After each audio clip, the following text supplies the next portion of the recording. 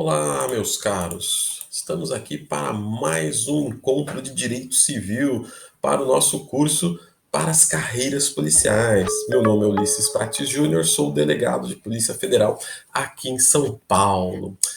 E hoje nós vamos falar aqui a respeito de um tema muito relevante para fins de concurso, que é o tema negócio jurídico, negócio jurídico. De tão importante que ele é dividido em duas aulas, né? Nós teremos aqui nossa primeira aula, uma teoria geral do negócio jurídico, onde a gente vai falar principalmente dos elementos essenciais do negócio jurídico e dos seus elementos acidentais, Por quê? Numa segunda aula, nós vamos falar a respeito dos vícios ou defeitos do negócio jurídico. Vícios ou defeitos do negócio jurídico. Então vamos lá, vamos começar falando dessa teoria geral dos negócios jurídicos. E para a gente bem entender essa teoria geral dos negócios jurídicos, é importante a gente bem compreender alguns conceitos a respeito desta matéria. Que conceitos são esses? O que seria fato, ato e negócio jurídico? Fato, ato e negócio jurídico. Vamos começar pelo fato jurídico. Fato jurídico, ele é um fato que interessa ao direito. Olá, né? Então, a gente pode até transformar isso numa fórmula. O que seria um fato jurídico? Fato jurídico seria o fato mais direito. O fato mais o direito. Isso que seria o nosso fato jurídico, né? Para aqueles alunos que têm uma memória aí baseada em imagens, né? No seu estudo ajuda bastante. Fato jurídico é fato mais direito. Em contrapartida, nós temos também o ato jurídico. E o que é o ato jurídico? Ele já é um fato jurídico e a gente vai acrescentar esse fato jurídico o quê? Um elemento volitivo e conteúdo lícito. Esse que é o nosso ato jurídico. Então, o nosso ato jurídico, ele é fato mais direito mais vontade mais licitude. Ou então, né, a gente pode substituir fato mais direito já por fato jurídico, né? Então ele é um fato jurídico mais vontade mais licitude. Olha só, numa fórmula a gente conseguiu transformar os conceitos numa fórmula, né, para aqueles alunos que preferem imagens, né, para memorizar, para estudar, facilita, né? Então, ato jurídico, a gente pode falar que esse ato jurídico agora é um ato jurídico lato sensu, porque a gente vai falar do ato jurídico stricto sensu. Então, esse ato jurídico lato sensu é toda manifestação de vontade que está de acordo com o ordenamento jurídico e produz efeitos jurídicos. Vamos lá, vamos continuar então. A gente já sabe o que é fato jurídico e ato jurídico lato sensu. Só que esse ato jurídico lato sensu, ele se divide em duas espécies. Que espécies são essas? O ato jurídico stricto sensu e o negócio jurídico. O que é esse ato jurídico stricto sensu, Ulisses? Esse ato jurídico stricto sensu, ele é um ato jurídico em que os efeitos são pré-determinados pela lei. Os efeitos desse ato jurídico já estão pré-determinados na lei. Então seria toda manifestação de vontade que produz efeitos impostos pela lei. O que é determinante aqui, né, para caracterizar o nosso ato jurídico é que tanto o conteúdo como a consequência são impostos pela lei. Ulisses, mas e a vontade? Onde fica, né, já que ele é um ato jurídico? Ora, a vontade continua sendo determinante. Por quê? Em que ponto? Para saber se vai praticá-lo ou não, né? Então a vontade, a minha vontade, ela é determinante apenas para praticá-lo ou não. Mas o conteúdo e as consequências já vêm da lei. Quer ver um exemplo? Aquela perfiliação. O que é perfiliação, Ulisses? Aquele reconhecimento voluntário de filho, né? Então, uma vez reconhecido filho, eu não posso negociar, não posso barganhar, né? Eu tenho que me submeter àquelas disposições da lei, né? Então, por exemplo, eu não posso reconhecer um filho e tentar barganhar falando que eu não vou pagar pensão alimentícia. Não posso. E com relação a esses atos jurídicos stricto sensus, nós temos o artigo 185 que manda aplicar as disposições do título anterior, que é justamente aqui, ó, 184, 104 ou 184, que é aquilo que se refere aos negócios jurídicos. E o que é o negócio jurídico, então, Ulisses? Negócio jurídico é a manifestação de vontades que produz efeitos desejados pela parte. Desejados pela parte. Então, trata-se aqui de um ato jurídico, né, já que ele é uma espécie de ato jurídico, ele é um ato jurídico em que há uma composição de interesses das partes, né? Há uma composição de interesse das partes com uma finalidade específica. A lei aqui, ela só vem para impor limites a este negócio jurídico. Então, dentro daquela fórmula, né, o nosso negócio jurídico seria fato, mais direito, mais vontade, mais licitude, e a gente acrescenta o quê? Composição de interesses. Composição de interesses. Exemplo clássico, o contrato. Né? O contrato é um negócio jurídico. Né? As partes negociam o objeto do contrato, formas de prestação, tudo mais. Então, testamento também é uma forma de um negócio jurídico. Uma forma de um negócio jurídico. Bom, bem entendido estes conceitos, né? O que é ato, o que é fato jurídico, o que é ato jurídico lato sensu, stricto sensu, negócio jurídico, a gente pode passar então a estudar agora só o negócio jurídico. E aí a gente começa falando dos elementos, né, constitutivos do negócio jurídico. Desses elementos constitutivos, a gente tem que lembrar aqui do professor Pontes de Miranda, né, que ele criou os planos do negócio jurídico, né, que seriam três: plano da existência, da validade ou da eficácia. Né?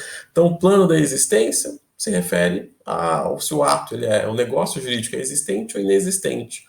O plano da validade vai se referir se o ato ele é nulo ou anulável.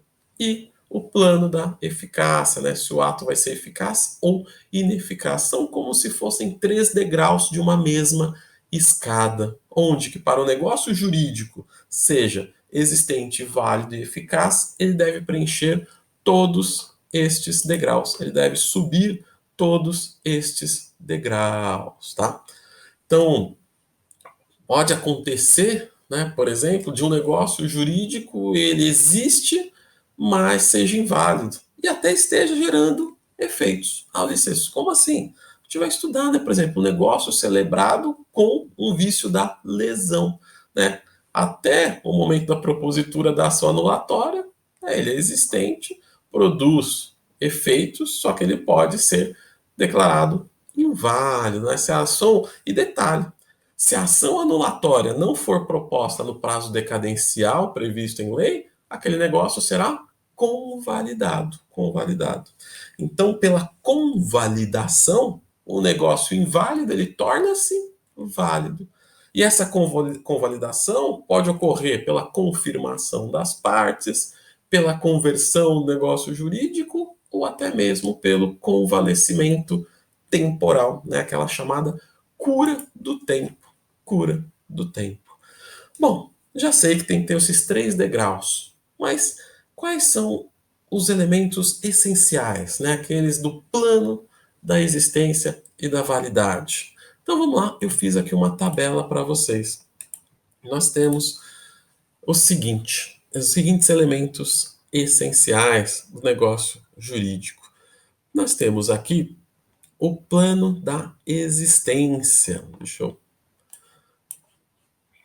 preparar aqui. Plano da existência. Depois o plano da validade. E aqui as consequências de cada um. Eu coloquei esses nomes e já vou explicar o porquê. Então, o plano da existência. Nesse plano da existência estão os requisitos mínimos de um negócio jurídico. Estão os requisitos mínimos de um negócio jurídico, né? Os chamados pressupostos de existência, que formam aquele suporte fático mínimo, né? São os chamados substantivos, né? Substantivos. Por isso, aqui na tabela, tá aqui, ó, substantivos, porque eles não têm adjetivos, né? Plano da existência. E quais são esses elementos? Partes, objeto, forma e vontade.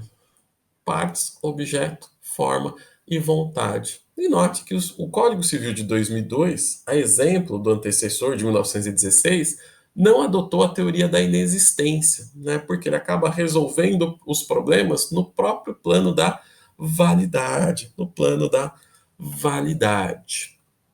Bom, se vai resolver no plano da validade, o que é esse plano da validade? Aqui nós no plano da validade, são esses substantivos que vão receber agora o que? Uns adjetivos. Por quê?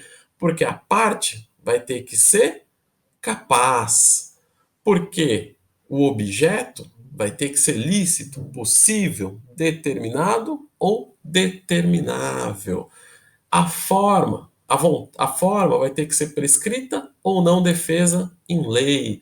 E a vontade tem que ser livre. A vontade tem que ser livre, né? Então, esses são os elementos essenciais do negócio jurídico, os elementos essenciais do negócio jurídico, tá? Só peço aqui, gente, ó, aqui seria só objeto, tá? No plano da existência, esse ilícito aqui tá tudo para cá, tá? São os adjetivos, são os adjetivos. E quais são as consequências, né? Bom, faltou pode ser nulo ou anulável, né? No caso de faltou partes ou sujeitos. Só que a gente vai analisar o quê? A hipótese específica do caso concreto. Como assim? Olha lá. Se for um absolutamente incapaz não representado, o negócio será nulo. Se for um relativamente incapaz não representado, anulável. Mesma coisa, aquela vênia sem autorização do outro cônjuge, anulável, anulável. Agora, se for um juiz, né, umas pessoas que não podem negociar em determinadas situações, é o juiz que arrematou na própria execução, o negócio é nulo, o negócio é nulo, né, o que a gente chama aqui de legitimidade, né? Tá aqui, ó, legitimidade é uma capacidade especial exigida para a prática de determinado ato. São, né, de duas espécies, positiva, né, o caso lá da autorização conjugal, que eu preciso preencher esse requisito para que o ato possa ser praticado, e a legitimidade negativa, né, que é proibida a prática de determinado ato, que é essa aqui do juiz que manda a leilão bem e ele mesmo vai lá no leiloeiro e dá lances para arrematar aquele bem. Bom, então o plano da validade, né, já que da existência a gente não adotou a teoria da inexistência, né, o Código Civil não adotou. Então a consequência de um objeto ser não atender a esses adjetivos de lícito, possível, determinado ou determinável, o negócio vai ser nulo. Também a forma, né? Quando ele não atende aquela forma prescrita em lei. Então, por exemplo, né, imóvel de valor de acima de 30 salários mínimos, só pode ser negociado através de escritura pública. Não obedeceu essa forma, o negócio é nulo. E a vontade, né? Sempre que tem que ser livre para o negócio jurídico ser válido, se ela tiver algum vício, que a gente vai estudar no próxima aula, erro, dolo, coação, estado de perigo, lesão e fraude contra credores, o negócio vai ser anulável. A simulação, né, fica de fora, né, não, a gente vai comentar dela também na próxima aula, mas para completar nossa tabela aqui, já que o Código Civil de 2002 não tratou como vício, vai ser nulo o negócio realizado por meio de uma simulação, por meio de uma simulação. Estes, então, são os elementos essenciais do negócio jurídico, né? Que se referem tanto ao seu plano da existência como o plano da validade, né? Então, só lembrar, no plano da existência são elementos substantivos, sem adjetivos. Parte, objeto, vontade e forma. Já o plano da validade, eu vou adjetivar esses substantivos. Então, vão ser partes capazes, objeto lícito, forma prescrita ou não defesa em lei e vontade livre. E aí, então, feito isso, a gente pode falar então agora do plano da eficácia, que são os elementos acidentais do negócio jurídico. São os elementos acidentais do negócio jurídico. Porque, em regra, o negócio jurídico que existe, ele é válido e produz efeitos imediatamente. Só que quando as partes não desejam eficácia imediata, elas acabam inserindo um elemento acidental, né?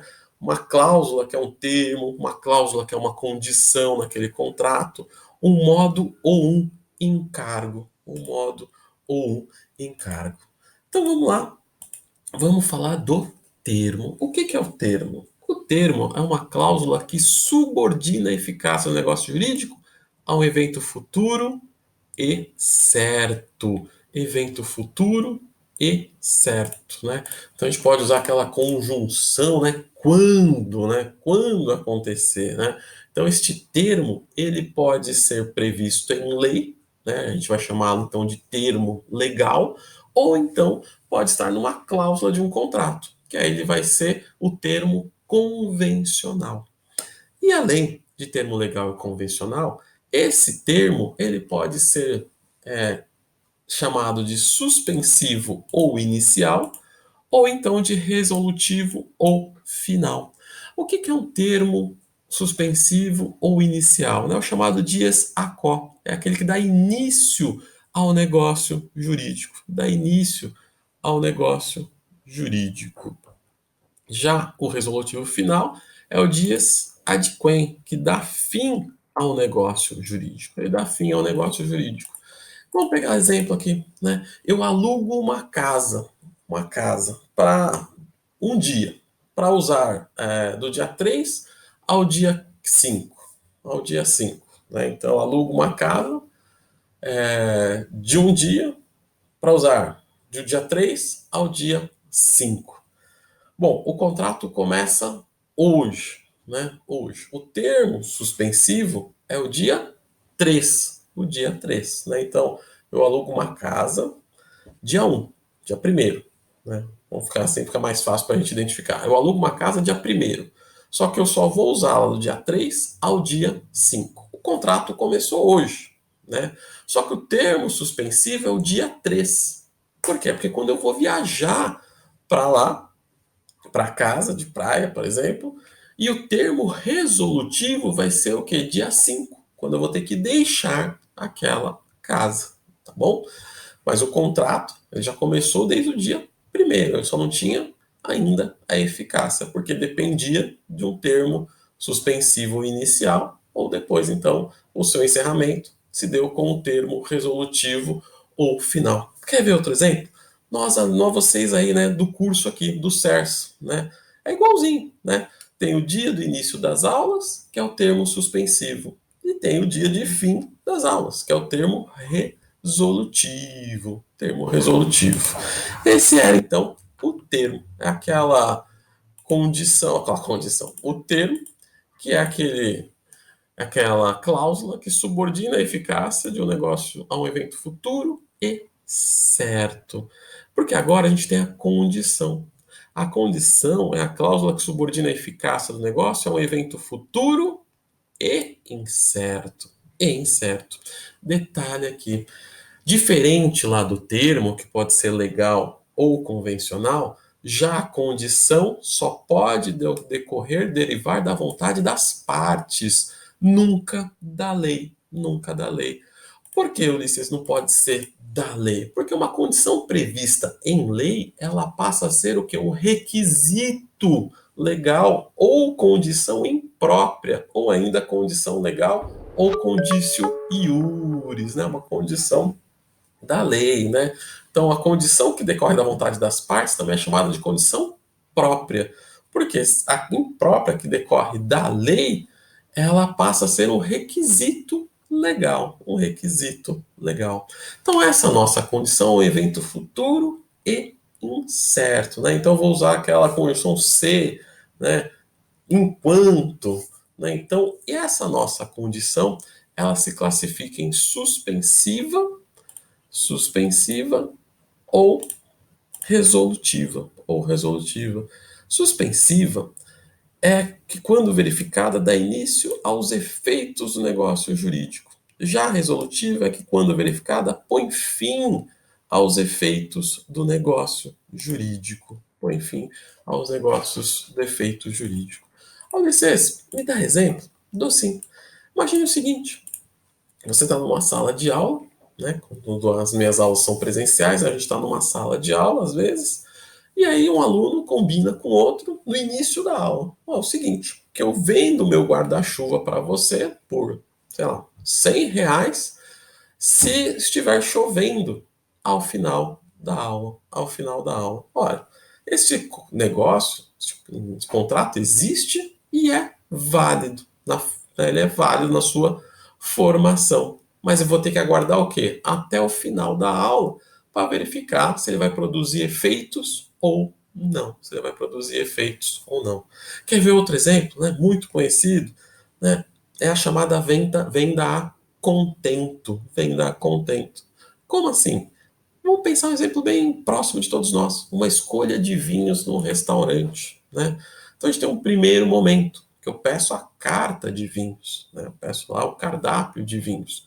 Depois o segundo momento, eu já escolhi, eu vou provar, né? Vou provar aquele vinho. Aí eu provando, eu posso ficar contente ou não com o vinho. Aí vem o terceiro momento. Se eu me contentei com o vinho, né, então eu aceitei o vinho. Olha só, nós temos uma condição e essa condição é suspensiva, porque enquanto eu, cliente, não aceitar o vinho, o negócio jurídico não produz efeitos, não produz efeitos. Mas a partir do momento em que eu, cliente, aceitei aquele vinho, já passo a ter obrigação de pagar aquele vinho. Eu tenho a obrigação de pagar e o direito de tomar aquele vinho. Ulisses, mas e se o cliente provou e não gostou? Acabou rejeitando? Ora, não houve o cumprimento da condição, né? E aí, então, a gente vai poder afirmar que o negócio existiu, foi válido, mas nunca produziu efeitos. Nunca produziu efeitos. Ignora, né? O não cumprimento da condição não afeta em nada a existência ou a validade do negócio jurídico, somente aos seus efeitos, somente aos seus efeitos. Mas sempre vai ser assim, Ulisses? Calma lá. Excepcionalmente, a condição pode afetar a validade do negócio jurídico. E quando uma condição vai afetar a validade do negócio jurídico? Vamos pegar um exemplo. Né? Uma doação, né? Eu faço uma doação sob a condição de que o donatário mate alguém, né? Cometa um homicídio. Nesse caso, todo o negócio jurídico será nulo, né? Todo o negócio será nulo.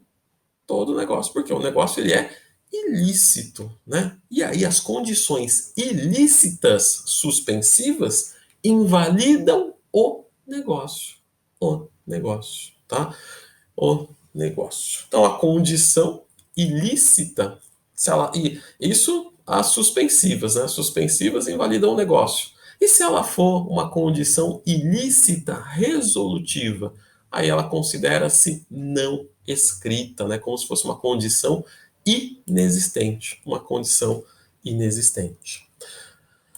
Mas vamos lá, vamos falar, que eu falei da suspensiva, já até me adiantei aqui, com relação à resolutiva, né? Quando verificada, põe fim ao negócio. Me dá um exemplo desse. Então, assim, um filho, né? Você pega aí um filho e, e aí então ele pede o carro pro pai. Aí o pai fala o seguinte: olha, tudo bem, eu te empresto o carro, empresto o veículo, mas se começar a chover, você volta para devolver o carro. Então, no primeiro momento da celebração do contrato, o negócio jurídico existe e é válido, tá? Só que o pai acabou então entregando a chave, transferiu que é a posse do veículo para o filho. E nesse momento já era eficaz, né? Só que aí começou ficar mais tarde, ficar de noite, começou a chover. Aí vem o segundo momento. Como choveu, se choveu, tem que devolver o carro. Aí ocorreu o quê? A condição resolutiva. Por que resolutiva? Porque terminam os efeitos do negócio jurídico. Terminam os efeitos do negócio jurídico e o filho vai ter que devolver o carro. Se essa condição resolutiva for ilícita, aí ela é considerada não escrita, como se fosse inexistente. Então a gente já viu o termo, a condição e o modo, né? Esse outro elemento acidental inserido aí pelas partes, né? Consiste na prática de uma liberalidade subordinada ao ônus, né? Quer ver um exemplo bem conhecido, né? Aquela chamada doação modal, ou chamada também de doação onerosa, né? Aquela em que o donatário ele tem que prestar um encargo, né? Então, ó, eu dou um terreno, né? O sujeito tem lá vários imóveis, ele doa um terreno, mas só se o donatário construiu uma escola naquele local, né? A conjunção vem lá, né? Para que, com o fim de, né? Conjunção, o ônus introduzido em ato de liberalidade. Esse que é o nosso modo, ou chamado de encargo. Ao licença, mas e se a parte ela descumpre o encargo? E se ela descumpre o encargo? Ora, acontece, né, nosso exemplo da doação, a revogação da doação. Né? Então, a revogação vai ser cabível em todas as hipóteses. Mas e ele pode exigir o cumprimento também? Né? O doador pode? Cuidado, a revogação sempre vai caber. Já o cumprimento, a exigência do cumprimento do encargo, não vai caber sempre. Por quê? Porque deve-se verificar em benefício, o benefício de quem o encargo foi instituído, né? Em benefício de quem o encargo foi instituído. E aí eu só vou poder exigir quando a liberalidade foi instituída em favor de terceiro, do doador ou da coletividade. Mas eu não posso se a exigência foi em favor do próprio donatário. Né? Eu não posso exigir o cumprimento se foi em favor dele próprio donatário. Dele próprio donatário. Ulisses, e uma última coisa, gente.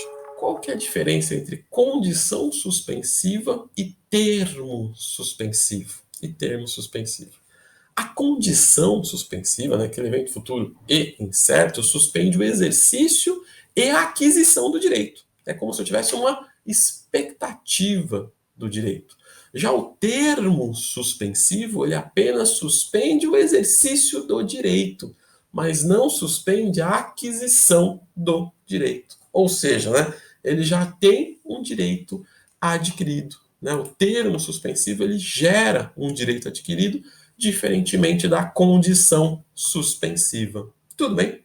É isso então, nesse nosso primeiro encontro de negócio jurídico, foram esses os temas que eu separei para você, nessa parte de teoria geral dos negócios jurídicos. Fica aí o meu Instagram para caso vocês queiram me seguir, se atualizar a respeito das informações aqui do nosso curso, das promoções, saber atualidades legislativas, jurisprudenciais das nossas disciplinas. Professor underline Ulisses Prates.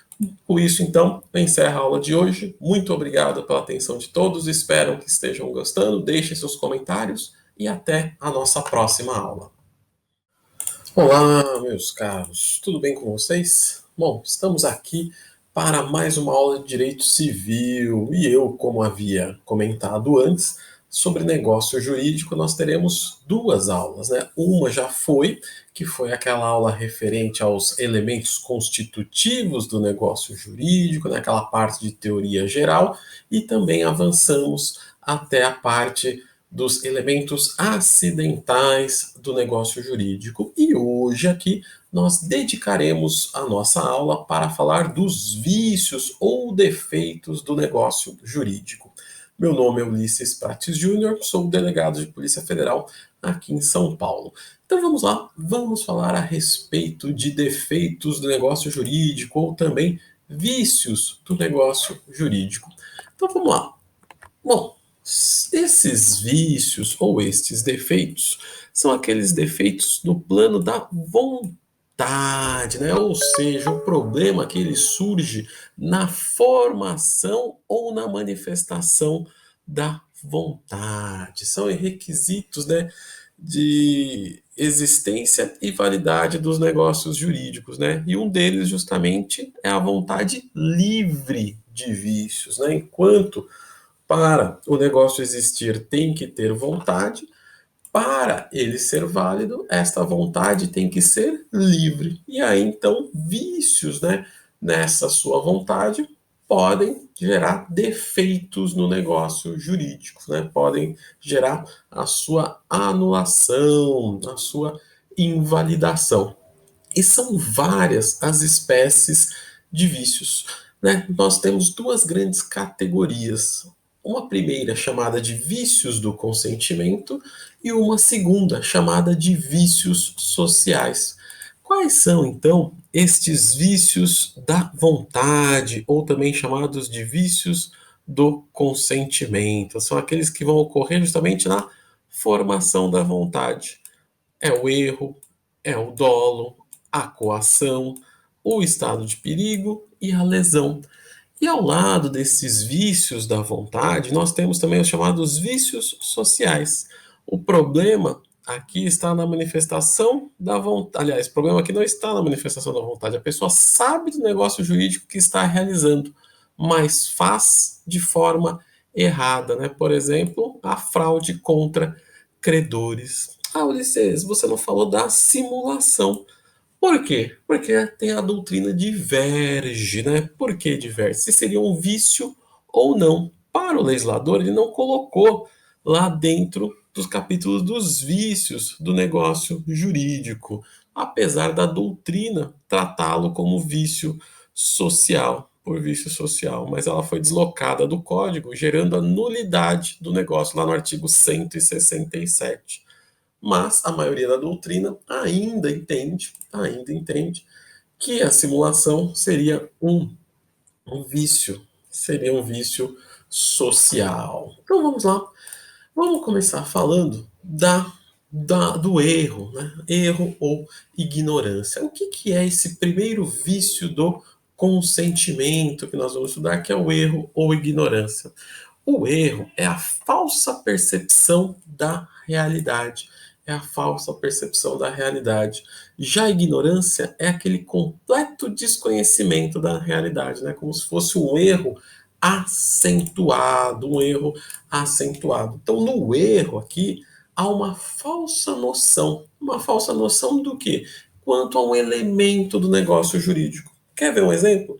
Eu vou comprar um celular de eu compro um celular de 64 gigas pensando que ele é um celular de 250 gigas. Não, desculpa, é o contrário. Eu compro um celular pensando que ele tem de memória 250 gigas, mas na memória ele tem 64 gigas. Já a ignorância é aquele completo desconhecimento da realidade, né? Como se fosse um erro acentuado. Eu vou comprar um aparelho pensando que ele é um celular, mas na verdade ele é aquele GPS, né? Aquele antigo GPS. Então, Ulisses, apesar dessa diferença, tem tratamento também diferenciado? Não. O tratamento tanto do erro como da ignorância é o mesmo. E qual que é esse tratamento, então? A anulabilidade, né? O negócio jurídico, ele é anulável, né? Então o tratamento para ambos é o mesmo. O negócio jurídico é anulável. Essa ação vai ser ação anulatória, anulatória. Por que não declaratória? Porque declaratória no caso de negócio nulo. E qual que é o prazo para essa ação anulatória? é um prazo decadencial de 4 anos. 4 anos contados da celebração do negócio. Celebração do negócio. E detalhe aqui, com relação a esse prazo de 4 anos, né, o início desse prazo de 4 anos, ele é um termo inicial objetivo. Por que um termo inicial objetivo, Ulisses? Porque ele é contado a partir do fato.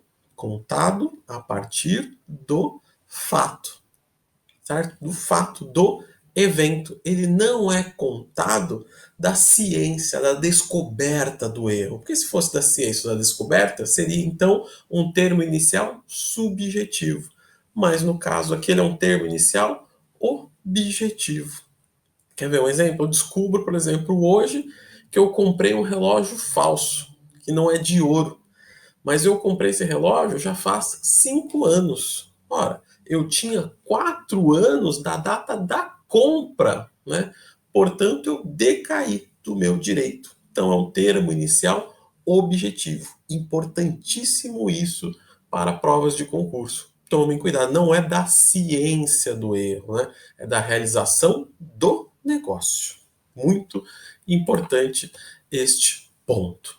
E o que mais a gente tem que saber a respeito do erro, Ulisses? A gente tem que conhecer a chamada teoria da confiança, né, que vai tratar da cognoscibilidade ou recognoscibilidade, né, prevista lá no artigo 138 do Código Civil. Né, porque esse 138, ele prevê que o erro gera anulabilidade, e é justamente aquele que pode ser percebido por pessoa em diligência normal, em face das circunstâncias do negócio. Olha lá, percebido por uma pessoa de diligência normal em face das substâncias, das circunstâncias do negócio, né? Então, o nosso código, a gente pode afirmar que ele adotou a teoria da confiança. Por que confiança? Porque ele valoriza a boa-fé.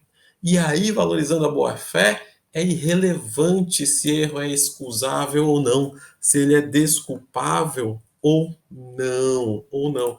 O que passou a ser importante a partir dessa teoria da confiança é justamente o conhecimento do erro pela outra parte, aquela pessoa que está errada no negócio jurídico, né? Que ela permanece silente, ela fica inerte, em silêncio, o que é motivo então para a anulação. Aí que é a chamada cognoscibilidade. Cognoscibilidade, né? Então, a análise do comportamento do vendedor para saber se o outro contratante tinha condições de perceber que estava incidindo em erro e ficou quieto, né? Quer ver um exemplo? O vendedor tem lá uma imitação de Rolex, né? Muito comum isso, né? Principalmente quando a gente vai da área policial, vai trabalhar aí nas grandes cidades, né? Muita gente fazendo isso. Tem lá um Rolex falso que custa R$ 100, R$ 100. Aí chega um suposto cliente, né, um pretenso cliente, que gosta do relógio e quer comprar. Aí então o vendedor o vende por R$ 30.000, sabendo o comprador, sabendo que o comprador estava se enganando com relação à autenticidade daquele relógio. Né? Ele nem falou que era um Rolex, mas a pessoa viu, gostou, achou que fosse verdadeiro e quer comprar por R$ 30.000. Ou seja, né, nesse caso aí, o vendedor ele sabia, né, que o comprador estava sendo enganado. Se ele sabia que o comprador estava sendo enganado, ele está agindo com o quê? Recognoscibilidade, né? Recognoscibilidade. Ele sabia que o comprador estava incidindo em erro, né? Nesse caso, o negócio jurídico é anulável. Então, pela teoria da confiança, não é exigida a excusabilidade, não é exigido mais o comportamento do homem médio, tá? Não é exigido. E detalhe, nós temos até um enunciado, o enunciado número 12 do Conselho da Justiça Federal, justamente com relação ao artigo 138. Na sistemática do artigo 138, é irrelevante ser ou não excusável o erro, porque o dispositivo adota o princípio da confiança. Olha só, esse que nós acabamos de comentar. Com relação ao erro ainda, nós temos que classificar este erro. Esse erro ele pode ser um erro acidental ou substancial. Acidental é o que incide sobre aspecto não determinante, não determinante. Neste caso, não gera anulação, né? O negócio não é anulável, anulável. Né? Então, exemplo, né? O sujeito lá acreditou que o embrulho do objeto era de madeira, mas na verdade ele era um embrulho de papel. Isso não muda nada a qualidade do objeto principal, não vai afetar o negócio jurídico que foi realizado, né? A compra lá do relógio, por exemplo, que veio num pacotinho de papel e ele pensando que era de madeira. O que vai gerar anulação é justamente o erro substancial, né? Quando o erro incide sobre o aspecto determinante do negócio. Aí sim, o meu negócio ele é anulável, anulável, né? Então, nesse mesmo exemplo, né, o sujeito acreditou que o relógio era de bronze, mas quando na verdade ele era um relógio de latão, né? Então, o erro para gerar a anulação do negócio jurídico tem que ser essencial ou chamado substancial do negócio, substancial do negócio. E esse erro substancial, ele pode ser quanto ao objeto, quanto à pessoa ou um erro de direito. Então vamos lá, vamos conhecer essas espécies de erro substancial, essas espécies de erro substancial. Então, erro quanto ao objeto. Aqui interessa a natureza do negócio, interessa a natureza do negócio ao objeto principal da declaração ou alguma de suas qualidades essenciais, né? O famoso comprar gato por lebre. É o erro quanto ao objeto principal da declaração ou alguma de suas qualidades essenciais. Temos também o erro quanto à pessoa, chamado de erro in persona, né? Exemplo, né? O sujeito pede lá a anulação do casamento com um transexual, porque esse transexual era operado que não tinha revelado essa sua citação anterior, previsto lá no artigo 1100, 1577 do Código Civil, né? Erro quanto à pessoa. E nós temos também uma inovação do Código Civil de 2002, que é justamente o erro de direito, o erro iuris, né? Novidade do Código Civil de 2002. A possibilidade do erro de direito constitui que é uma exceção, por isso que ele é importante, exceção ao princípio da obrigatoriedade da norma jurídica ou da lei, previsto lá no artigo 3º da LINDB, né? Não é nem lei de introdução ao Código Civil, é a LINDB, pelo qual ninguém pode deixar de cumprir a lei, alegando não conhecê-la, alegando não conhecê-la, né? Então é uma exceção. Quer ver um exemplo quando vai ser viável esse erro de direito? Um locatário empresarial, né, faz a sua locação do seu ponto empresarial e ele celebra o contrato de locação mais oneroso, pensando que tinha perdido o prazo da ação renovatória. Né? Então aí é uma novidade, um erro de direito, né? Gera também a anulação do negócio jurídico, mas sempre de forma excepcional, de forma excepcional. E aí nós finalizamos o erro para iniciarmos o assunto dolo, o assunto dolo. O que é o dolo? Dolo é o induzimento malicioso ao erro, né? O dolo, né, que também é um vício do negócio jurídico, ele acaba sendo um artifício malicioso utilizado pelo negociante ou por terceiro, né? Então pode ser esse artifício malicioso pode ser utilizado tanto pelo negociante como por terceiro em face do outro contratante, do outro negociante, visando um benefício próprio ou de terceiro. Né? O dolo aqui, para nós da área criminal, é aquela arma do estelionatário. Né? O dolo é a arma do estelionatário, né? Aquele artifício malicioso utilizado pelo negociante. E quais são as consequências do dolo? São as mesmas do erro. Anulabilidade do negócio, ação anulatória e prazo de 4 anos, também, né? Termo inicial objetivo, contado da celebração do negócio jurídico. E como nós podemos classificar o dolo? O dolo ele pode ser um dolo positivo, né? Consiste naquela ação, a pessoa afirma uma característica inexistente, né? É o chamado dolo por ação ou comissão. O sujeito faz lá um anúncio de um veículo que supostamente tem um determinado acessório, o que não é verdade, o que não corresponde à verdade. Ao lado desse dolo positivo, nós temos também o dolo negativo. O dolo negativo, a pessoa pratica uma omissão, né, uma conduta omissiva, acaba escondendo uma informação de que tinha conhecimento, né, o oposto aí do dolo positivo. E temos também o dolo bilateral, ou recíproco, naquele em que ambas as partes agem com dolo.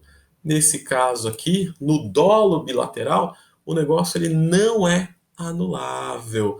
Não é anulável. Né? O famoso dolo de ambas as partes. Né? Não pode uma delas alegá-lo. Por quê? Porque ninguém pode alegar a própria torpeza. Né? Ninguém pode se beneficiar alegando a própria torpeza. Artigo 150 do Código Civil, né, chamada compensação de dolos. Então, dolo bilateral não anula o negócio jurídico, ele não anula o negócio jurídico. Ah, Ulisses, e o dolo de terceiro? Né? E o dolo de terceiro, que está aqui no nosso slide, né? Cadê? E o dolo de terceiro. O dolo, como regra, é sempre uma conduta proposital consciente da pessoa, da própria pessoa. Mas o dolo de terceiro também gera anulação do negócio jurídico. Mas para gerar essa anulação, a gente vai ter que observar duas regrinhas, né? Se o negociante do dolo de terceiro tinha ou devesse ter conhecimento. Porque se o negociante do dolo ou do dolo de terceiro tinha ou devesse ter conhecimento, o meu negócio ele é anulável, anulável. Já se o negociante do dolo de terceiro não tinha ou não podia ter conhecimento, o negócio acaba subsistindo e aí vai responder o terceiro por perdas e danos, né? Vai conservar aqui o negócio jurídico realizado, vai conservar o negócio jurídico realizado. Pois bem, mas assim como no erro, nós temos a classificação do dolo. E uma primeira classificação é com relação ao seu conteúdo. Conteúdo. Com relação à classificação do dolo quanto ao conteúdo, ele pode ser um dolo essencial ou acidental. Esse dolo essencial é aquele que recai sobre aspecto determinante, né? Ou seja, se a pessoa soubesse da verdade, o negócio não seria realizado, não seria realizado, né? Então, se a pessoa soubesse que um determinado relógio que ela estava adquirindo não fosse de ouro, ela não teria comprado. E aí sim, esse negócio que vai ser anulável. Por quê? Se o erro for, aliás, o dolo for um dolo acidental, o aspecto é secundário, não determinante. O negócio jurídico seria celebrado mesmo que soubesse da verdade. Então o sujeito compra o relógio e imagina lá que a caixinha do relógio não era de plástico, era de madeira. Mas não é anulável, né? Pode pedir até indenização proporcional se ficar provado o prejuízo, mas não gera a anulação do negócio. Não gera anulação do negócio. E aí, então, nós podemos partir para a coação. Terceiro vício do consentimento, previsto lá nos artigos 151 a 155 do Código Civil. O que é a coação? A coação é a pressão ou ameaça exercida sobre uma pessoa para que ela realize, efetue um negócio jurídico, né? Eu acabo, por exemplo, ameaçando de morte uma pessoa para que ela venda a casa dela para mim. E tem que preencher alguns requisitos. Que requisitos são esses? Primeiro, tem que ser uma ameaça séria, né? Tem que ser uma ameaça séria. Tem que ser uma ameaça grave, de mal considerável, que causa fundado temor de dano. E este dano pode ser voltado tanto ao próprio coagido, como aos seus familiares ou seus bens. Ah, licença, legal, já sei o que é coação, já sei quais são os seus requisitos. E as suas consequências? As consequências são as mesmas do, do erro e do dolo. Quais são essas consequências? Está aqui. O negócio jurídico é anulável, a ação é anulatória, só que olha só, tomem cuidado com o prazo. Até então a gente estava trabalhando com o termo inicial objetivo, né, contado da data do negócio, do fato. Mas aqui, ó, é o prazo de 4 anos, mas com o termo inicial é o dia que cessar a coação. O dia que cessar a coação. Artigo 178 do Código Civil. E mais, tem duas situações, duas condutas que não caracterizam a coação, que é a ameaça de um exercício regular de um direito, né? Como qualquer credor que cobre seus direitos do devedor, por exemplo, né? De ameaçando de ajuizar uma ação ou protestar se não for pago, né? Então, o exercício regular de um direito não é coação, né? Falar que vai levar o nome para os órgãos de proteção ao crédito, isso não pode ser considerada uma coação, né? Só que detalhe, a gente não pode confundir aqui a ameaça de exercício regular de um direito com abuso de direito, né? Então, não confundir aí com abuso do direito ou ilicitude, né? Por exemplo, como aquele síndico de condomínio que ele coloca um aviso lá no elevador de quais os condôminos que não pagam a taxa de condomínio. Aí ele já está agindo o quê? Com abuso de direito. E eu falei que eram duas condutas que não caracterizavam. A primeira era essa ameaça de um exercício regular de um direito. Mas temos uma segunda, que é o temor reverencial. Temor reverencial, né? Uma mistura de respeito e de medo, muito comum na relação entre pais e filhos, empregador e empregado, né? Só excepcionalmente pode o juiz considerar coação, como, por exemplo, no caso de um pai criminoso, ou até de um patrão criminoso, né? Aí sim ele pode considerar isso como uma coação. Ulisses, lá no dolo, a gente viu dolo de terceiro.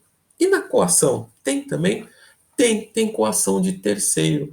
E a coação de terceiro também anula o nosso negócio jurídico, tá? E a gente vai ter regras muito próximas daquela do dolo de terceiro que nós vimos há pouco, né? Só que a dolo de coação de terceiro está lá nos artigos 154 a 155, né? Mas muito próximo daquelas regras do dolo de terceiro, com relação ao dolo de terceiro, né? Muito próximo essa coação de terceiro, aquelas regras do, do dolo de terceiro. E agora nós entramos num quarto vício, que é o estado de perigo. O estado de perigo aí, para nós da área policial, interessa muito, né? E é mais fácil da gente entender, previsto lá no artigo 156, que ele consiste na celebração de um negócio jurídico com onerosidade excessiva, pois a pessoa, um familiar próximo ou amigo íntimo que se encontrava em uma situação de perigo de morte ou grave dano moral, que era conhecida do outro contratante, era conhecida do outro contratante. Porque para nós da área policial, né, que estamos estudando para a carreira policial, é muito mais palatável para a gente entender o estado de perigo, porque ele guarda características comuns com o estado de necessidade, né? Com o estado de necessidade lá do direito penal, aquela causa de exclusão de ilicitude do direito penal. Né? Então, o agente aqui, diante de uma situação de perigo conhecido da outra parte, ele acaba emitindo uma declaração de vontade para salvaguardar direito seu de pessoa próxima, assumindo obrigação excessivamente onerosa. Excessivamente onerosa. E aí, então, numa especial hipótese de inexigibilidade de conduta diversa, ante a iminência desse dano, porque passa o agente, aí não resta a ele outra alternativa senão a prática do ato, né? Então, muito aí próximo dos nossos estudos do direito penal, no estado do direito penal. Ulisses, me dá exemplo? Opa, vamos lá, vários exemplos, sim. Então, o indivíduo ele é abordado por assaltantes. Ele acaba oferecendo uma recompensa ao seu libertador para salvar-se. Né? Aí, estamos diante aí de um estado de perigo. O sujeito está se afogando e promete doar significativa quantia ao seu salvador. Também um outro exemplo de estado de perigo. Mas esses exemplos são muito de manuais, né? Muito de livros. Vamos pegar o mais do nosso dia a dia? Vamos pegar? É o seguinte: o sujeito, né, tá lá pretendendo internar um parente seu no hospital, em estado grave. Chega lá em caráter de urgência. Aí o que que o hospital faz? Diante daquela situação, ele impõe uma condição, impõe uma condição no sentido de atendimento emergencial somente após a constituição imediata de uma garantia cambial, né, um título de crédito, um cheque, ou uma garantia fidejussória, uma garantia pessoal, uma fiança, por exemplo. Né? Olha só, estamos numa perfeita incidência da norma. Né? Primeiro, premido de necessidade de salvar uma pessoa próxima, de perigo, de grave dano, conhecido da outra parte, né, do hospital. E aí o declarante assume uma obrigação excessivamente onerosa. E detalhe, no caso do perigo, do estado de perigo, é diferente da coação. É diferente da coação, porque o beneficiário não empregou violência psicológica ou ameaça para que o declarante assumisse a obrigação excessivamente onerosa, como acontece na coação. Na coação existe, sim, este emprego da parte contrária. E aí a gente vai para os seus elementos do estado de perigo, né, que é muito importante para a fim de concurso, que é o que diferencia o estado de perigo da lesão. Então vamos lá, quais são esses elementos do estado de perigo? Primeiro, um elemento objetivo. Que elemento objetivo é esse? É a onerosidade excessiva, né? Alguém está assumindo obrigação excessivamente desproporcional, né? O sujeito acaba vendendo um carro que vale 50 mil por 30, né? Vende uma casa de 300 por 200 só porque estava desesperado para pagar a cirurgia do filho que estava em risco de morte. Mas tem um percentual dessa onerosidade excessiva? Nada disso. Não tem, tá? No Código Civil não há um percentual. O juiz vai ter que analisar cada caso concreto. Cada caso concreto. Esse era o primeiro elemento. Onerosidade excessiva, é o elemento objetivo. E agora nós temos o elemento subjetivo, que eu quis justamente separar o estado de perigo da lesão, porque a pessoa que ela age dessa forma prejudicial a si, porque a própria pessoa, parente, familiar, amigo, íntimo, se encontra ou se encontrava em situação de perigo de morte ou de grave dano moral. Ou de grave dano moral. E também o dolo de aproveitamento. Deve ser provado que a outra parte sabia do perigo, né? Ou seja, que ela agiu com intenção de aproveitar da fraqueza do outro. E quais são as consequências deste estado de perigo? O negócio jurídico é anulável, a ação é anulatória no prazo decadencial de 4 anos contados da celebração do negócio, termo inicial objetivo. E aí, então, nós podemos falar da lesão, prevista no artigo 157, né? A lesão, ela é a celebração de um negócio jurídico com onerosidade excessiva também, porque o contratante se encontrava em uma situação de premente necessidade ou inexperiência, né? Traduz aqui muitas vezes aquele abuso econômico de uma das partes em detrimento da outra, que seria uma parte hipossuficiente. Tá? E mais importante, a gente não pode confundir lesão com teoria da imprevisão, porque a lesão, como a gente está vendo, é um vício que surge junto com o negócio. Já a teoria da previsão pressupõe um negócio jurídico válido, né, que tem o seu equilíbrio rompido pela superveniência, de circunstância imprevista e imprevisível. E o que muda, Ulisses, com relação ao estado de perigo que a gente acabou de ver? É justamente o elemento subjetivo. Por quê? Vamos lá. O elemento objetivo é o mesmo, onerosidade excessiva. O elemento subjetivo, a pessoa fez o negócio porque se encontrava em situação de premente necessidade de contratar, não necessariamente necessidade financeira ruim, né? Então, um exemplo aqui é alguém que em péssima situação financeira que vende o carro e a casa, né? Um comerciante lá do aeroporto que, para não perder o ponto perto do vencimento lá da sua autorização de uso daquele local, ele tem o seu aluguel e concorda com o seu aluguel subindo, né, aumentando de 5 para 50 mil reais. Ele acaba sendo obrigado a assiná-lo para manter o seu negócio, né?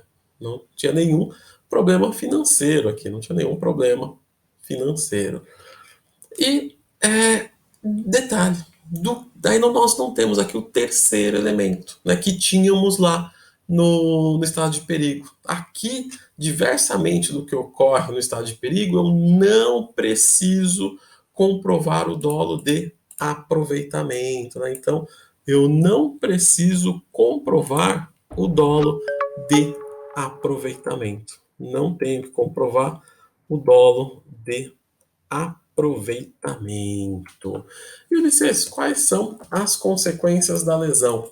Negócio jurídico anulável, prazo decadencial de 4 anos, também a contar da celebração do negócio jurídico. Com isso, então, aqui já estamos com o nosso tempo estourado. Tive que correr aí nos dois últimos vícios para a gente passar toda aquela informação que era necessária dos vícios ou defeitos do negócio jurídico. Muito obrigado pela atenção de todos e até o nosso próximo encontro.